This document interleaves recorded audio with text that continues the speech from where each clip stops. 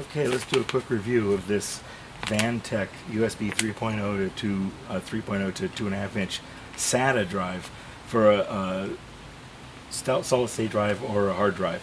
And it's a case, and it has an adapter with it, or it's an adapter that comes with a case as well. It fits in the small drives that you might normally see inside of computers. Uses sold as internal drives.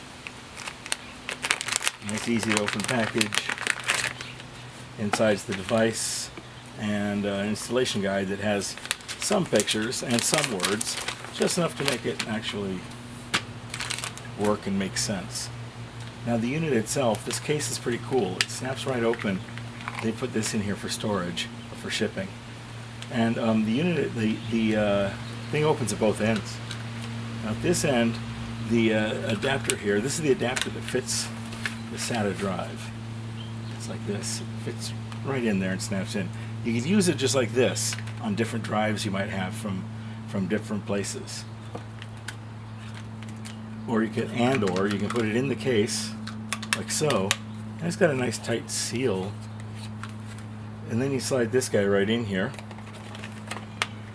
It snaps right in, and this snaps shut, and it's good and tight shut, doesn't rattle or anything.